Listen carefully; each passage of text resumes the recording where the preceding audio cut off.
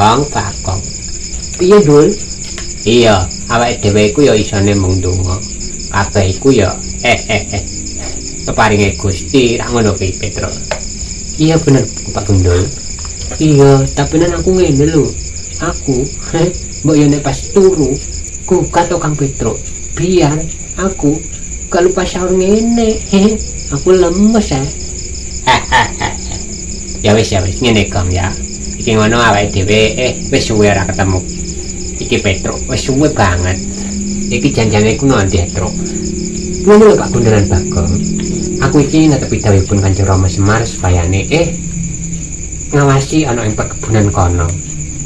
Perkebunan? Iya, ana ing kebun duren sebelah kono. Dadine aku ya tunggu kono, dadine aku jarang bali. Pantesan ya, Gong. Nah aku keluyuran ora tau kepethuk, jebule barang kepethuk pisan. Kok tambah lemu ya, Gong? Iya ya, Ndul. Ya kepiye? Ya ngene, Gong ya. Iki ngono ing bulan suci Ramadan ya. Awake dhewe iki ya ayo do maku-maku, Gong. Karo ngabuburit. Iya, Ndul. Ya kono sing hati-hati. Siap, Kang Petro. Ayo, Gong. Senajan kowe ora sahur ya tetep semangat. Iya, Ndul.